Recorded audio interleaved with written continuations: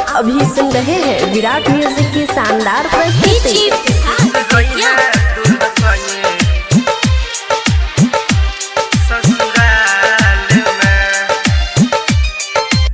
ससुरा में सब सन कह के फोन करते रही है गे, हर समाचार सुन गे रानी हमरा तू बताई है गे।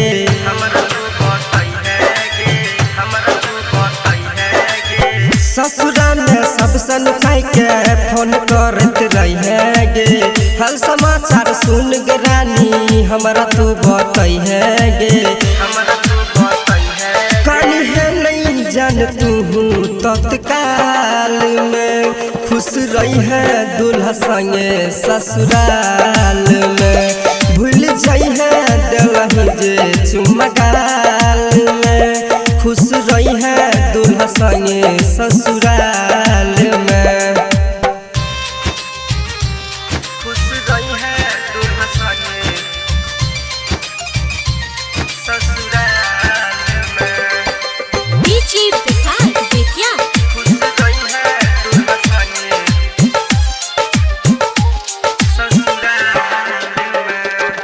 संगे जिये के क्रिया खैली पल भर में शादी रचैली, भूल जाई है दिहल चुम्मा गाल में,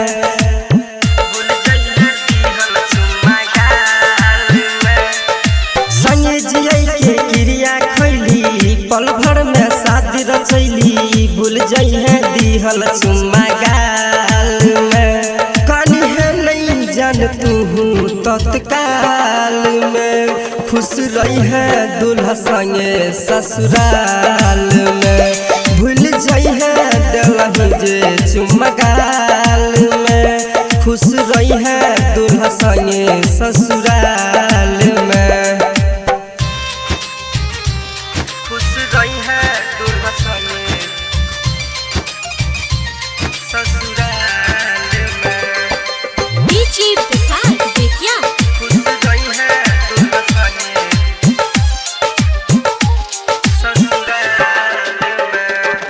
मनुष्य दीवाना क्या गए जान मिले बोलई है गे, निके से दीवाना से सुने कहियो नहीं डर रही है गे।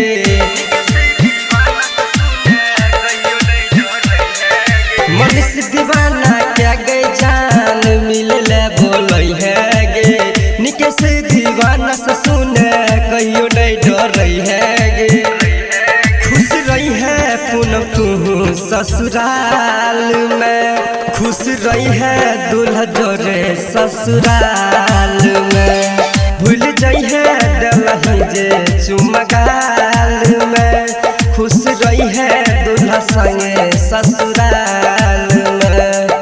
विराट music digital recording studio Yamuna Nagar Jagadhri.